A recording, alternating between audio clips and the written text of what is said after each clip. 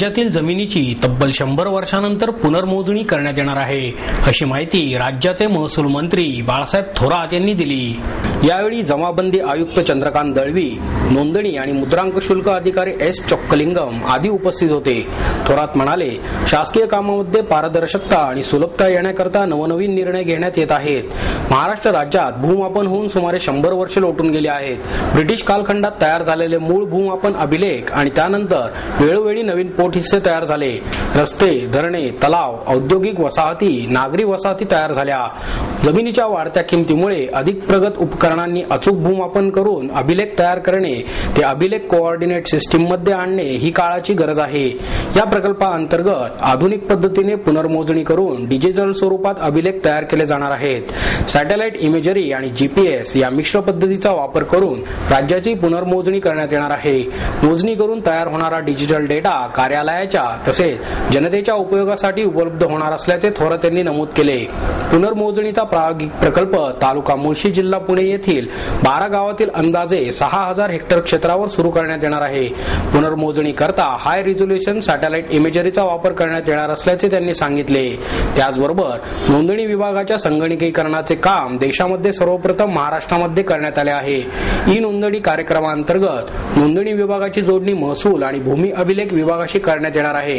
यामुळे तिन्ही विभागांमध्ये समन्वय निर्माण होऊन नागरिकांना एका ठिकाणी तिन्ही विभागातील सेवा उपलब्ध होणार आहेत। तसेच संगणकीकृत सातबाराचा डेटा, संगणकीकृत नकाशे, स्कॅन केलेले जुने अभिलेख आणि पुनर्मोजणीनंतरचे नकाशे नागरिकांना एकाच ठिकाणी वेबसाईटद्वारे उपलब्ध करून देण्यात येणार असल्याचेही त्यांनी स्पष्ट केले। मावळ गोळीबारातील दोषी पोलिसांना पदमुक्त न केल्यामुळे पोलीस अधिकारी साक्षीदारांवर दहशत गाजवत आहेत, असं प्रतिपादन निवृत्त पोलीस निरीक्षक भाऊसाहेब आंधळकर यांनी केले। मावळ शेतकरी गोळीबार प्रकरणाचा तपास पारदर्शकतेने व्हावा यासाठी मावळ शेतकरी हत्याकांड विरोधी जन आंदोलन समितीच्या वतीने निवृत्त पोलीस निरीक्षक भाऊसाहेब आंधळकर यांच्या नेतृत्वाखाली सर्वपक्षीय कार्यकर्त्यांनी जिल्हाधिकारी कार्यालयावर मोर्चा काढला। यावेळी त्यांनी जिल्हाधिकाऱ्यांना पुणे जिल्हा पोलीस दलाची कायदा सुव्यवस्था आणि गुन्हे यांची जबाबदारी असणारे अतिरिक्त पोलीस अधीक्षक रामनाथ पोकळे आणि कैलासवासी मोरेश्वर साठे याला अटकेत असताना गोळ्या घालून खून करणाऱ्या पोलीस निरीक्षक लांजिले यांच्यावर गुन्हे दाखल करून अटक करावी। हत्याकांडातील पोलीस निरीक्षक लांजिले यांना दिलेले राष्ट्रपती पदक तत्काळ काढून घ्यावे। आंदोलक आणि शेतकऱ्यांवरील खोटे गुन्हे तत्काळ काढून टाकावे। गोळीबारात मृत्युमुखी पडलेल्या व्यक्तीच्या कुटुंबियांना शासनाने 25 लाख तर जखमींना 10 लाख रुपये द्यावेत। साक्षीदारांना शेतकरी आणि आंदोलकांना पूर्णवेळ संरक्षण द्यावे अशा मागणीचा निवेदन महसूल अधिकारी तहसीलदार उदयसिंग भोसले यांना दिले।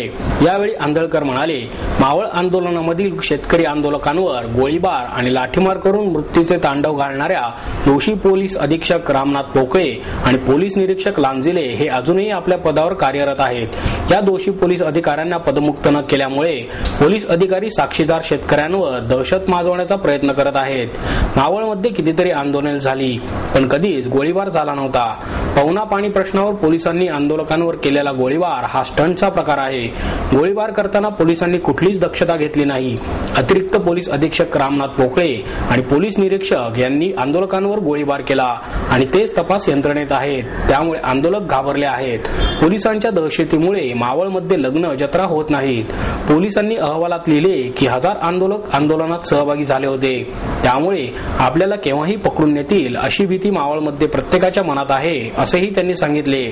आम्ही 9 ऑगस्ट क्रांती दिना दिवशी मावळमध्ये जो अमानुष शेतकऱ्यावरती गोळीबार झाला त्यामध्ये कर्णिक साहेबांनी स्वतः जबाबदारी स्वीकारून या ठिकाणी बदली करून घेतली, परंतु सर्वस्व सुपरवायझरी ऑफिसर कर्णिक साहेब आहेत। याची लॉ अँड ऑर्डर आणि क्राईम गुन्ह्याची जबाबदारी ही पूर्णतः ऍडिशनल एसपी रामनाथ पोकळेंची आहे आणि त्याचप्रमाणे त्या ठिकाणी बंदोबस्त नेमल्यानंतर जी प्रिकॉशन घ्यायला पाहिजे होती ती प्रिकॉशन न घेतल्यामुळे आणि अमानुषपणे गोळीबार केल्या कारणाने यामध्ये निरनिराळी स्टेटमेंट लोक गायकवाड आयोगांसमोर येत आहेत।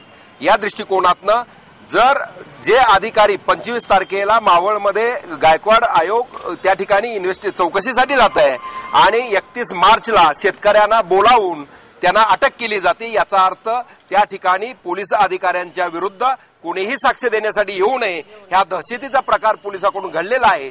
यामध्ये रामनाथ पोकळे आणि लंजिले या दोघांनाही त्वरित 302चे, कारण मोरेश्वर साठे यांना तुम्ही ताब्यात घेतल्याचं चित्रीकरण आमच्याकडे आहे, गाडीमध्ये बसवल्याचं चित्रीकरण आहे आणि त्यानंतर त्यांना गोळी लागते. याचा अर्थ कस्टडियल एन्काउंटर हा केलेला गेलेला आहे आणि त्याला जी गोळी लागलेली आहे ती बलराज लंजिले या पीआयची लागलेली आहे आणि त्याला ही गोळीबार झाल्यानंतर शेतकऱ्याला अमानुषपणे हत्या केल्यानंतर सुद्धा पोलीस संचालक कार्यालयाकडून शासनाला अंधारात ठेवून याला राष्ट्रपती पदक दिलं जातं. ही फार शर्मेची बाब आहे आणि या दृष्टिकोनातनं त्याचं त्वरित राष्ट्रपती पदक काढून घ्यावं, त्याला त्वरित अटक करावी या मागणीचं निवेदन. तसंच यातील जे शेतकरी आहेत त्यांच्यावरचे खटले त्वरित शासनाने काढून घ्यावे आणि त्यांना जे मृत्युमुखी पडलेले आहेत त्यांना 25 लाख रुपये आणि जखमी आहेत त्यांना 10 लाख रुपयाची मदत द्यावी या दृष्टिकोनातनं आम्ही निवेदन दिलेलं आहे. जबाबदारी होती, परंतु ते सुपरवायझरी अधिकारी आणि डायरेक्ट क्राईमशी निगडीत अधिकारी यामध्ये थोडा फरक आहे.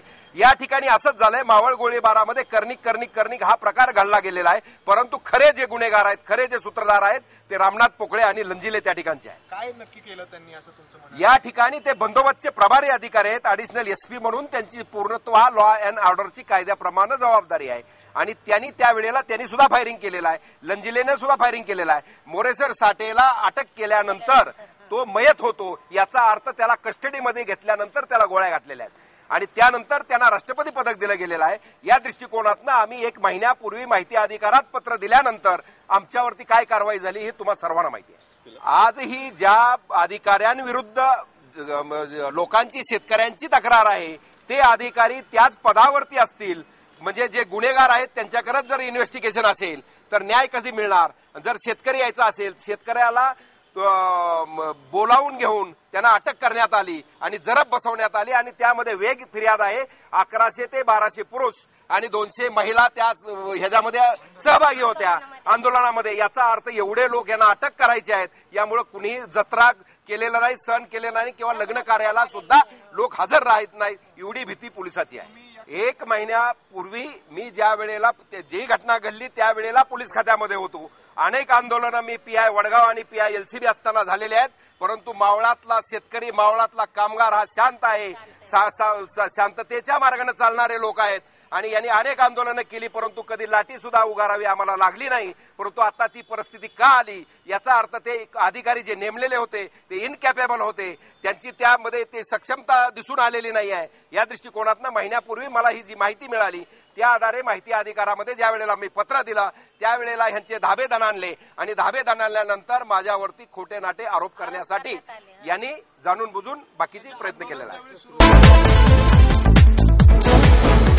मराठी रंगभूमीवरील उत्तम गद्य नटासाठी दिला जाणारा किरण पुरस्कार श्रीकांत मोगे यांच्या हस्ते योगेश सोमण यांना प्रदान करण्यात आला. शिक्षण तज्ञ डॉक्टर प्र.ल. गावडे आणि ज्येष्ठ व्यंगचित्रकार मंगेश तेंडुलकर प्रमुख पाहुणे म्हणून यावेळी उपस्थित होते.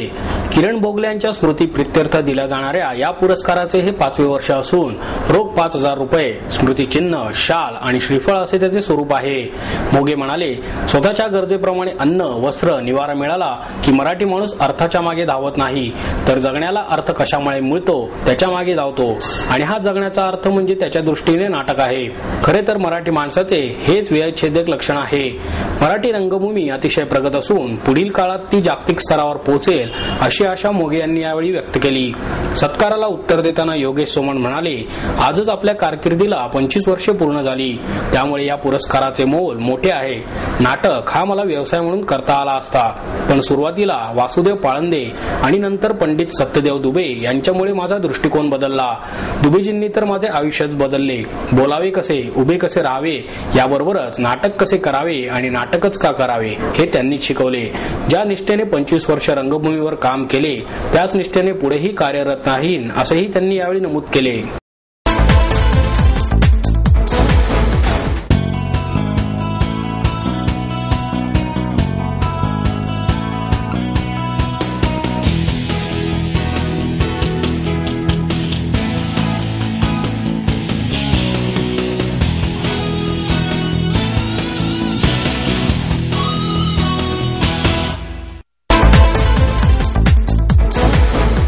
BRTची भ्रूण हत्या झाली असून पुणे शहराला लुटण्याचा उपक्रम सत्तारूढ पक्षांनी सुरू केला आहे असा आरोप पुणे जनहित आघाडीचे अध्यक्ष उज्ज्वल केसकर यांनी केला.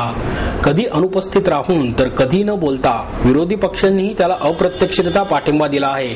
भाजप सेनेची ताकद असतानाही मनसेच्या प्रेमापोटी तावडे आणि कंपनीने विरोधी पक्षनेतेपद सोडून दिले आहे असेही केसकर म्हणाले. मेट्रो, आरक्षणे, BRTS, पाणी मीटर या विषयावर 10 मे पासून पुणे बचाव हे जनजागृती अभियान सुरू करत असल्याचे केसकर यांनी सांगितले. यावेळी आघाडीचे समन्वयक विनय हर्डीकर, सुधीर गवळी, गिरीश खत्री, ज्ञानेश्वर ठाकर, स्वच्छ भारत, समर्थ भारत, समृद्ध भारतचे हेमंत साठे उपस्थित होते. शिवाजीनगर, कोथरूड, पर्वती आणि खडकवासला या 4 विधानसभा मतदारसंघात हे अभियान सुरू करणार असून कार्यकर्ते नागरिकांच्या घरी जाऊन त्यांचे प्रबोधन करतील. रिंग रोडच्या भोवती मेट्रो फिरवणे म्हणजे पेशवे पार्कात फुलराणी फिरवण्यासारखे आहे. कोणत्याही खासगी परदेशी कंपनीला याचे काम देण्यापेक्षा राज्य सरकारनेच ते काम करावे. येत्या कॅबिनेट बैठकीत चुकीचा DPR मान्य केला तर न्यायालयात याचिका दाखल करू असेही केसकर म्हणाले. मेट्रोचा एनरॉन करण्याचा हा डाव आहे. परदेशी कंपनीशी संगनमत करून मेट्रो करीत आहेत. वास्तविक भारतीय रेल्वेकडे हा प्रकल्प करण्यासाठी सगळी यंत्रणा आहे. तरीही हा घाट घातला जात आहे. आपल्याला या विषयात सावध राहण्याची गरज आहे. पाणी मीटर बसवण्याच्या निर्णयाविरोधातही न्यायालयात जाऊ असेही केसकर यांनी नमूद केले. भाषेचा निर्माण होणारा अडसर समाजातील अनेक प्रश्नांच्या उत्पत्तीला कारणीभूत ठरत आहे अशी खंत ज्येष्ठ साहित्यिक डॉक्टर नागनाथ कोतापल्ले यांनी व्यक्त केली. विश्व साहित्य कलावर्धिनी आणि प्रगती प्रकाशनच्या वतीने लेखिका डॉक्टर रंजना फडके यांच्या चरित्रात्मक कादंबरीचे प्रकाशन डॉक्टर कोतापल्ले यांच्या हस्ते करण्यात आले.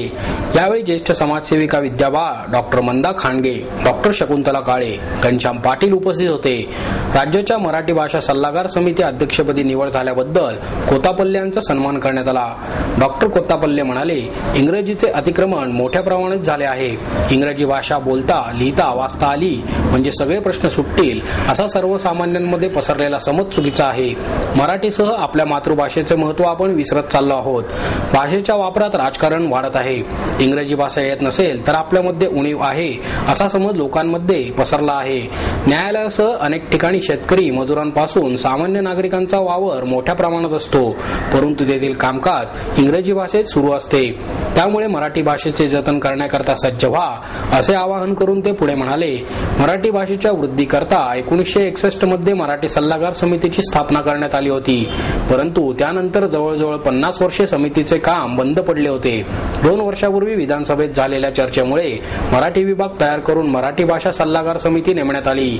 तरीही 1 वर्ष अध्यक्ष नाही म्हणून काम बंद होते.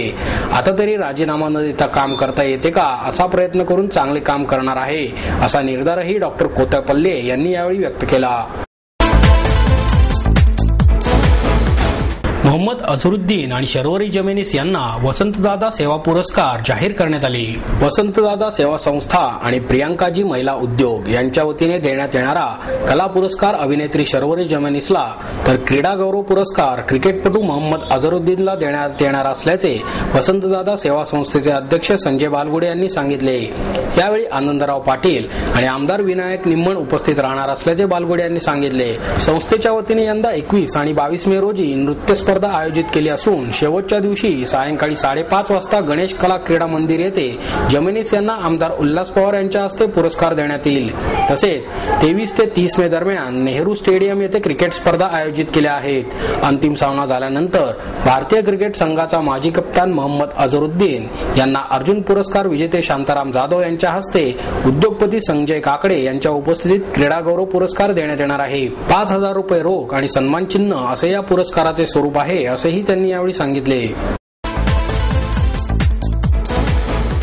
आणि याबरोबरच हे बातमीपत्र संपलं. पुन्हा भेटूया उद्या याच वेळी. नमस्कार.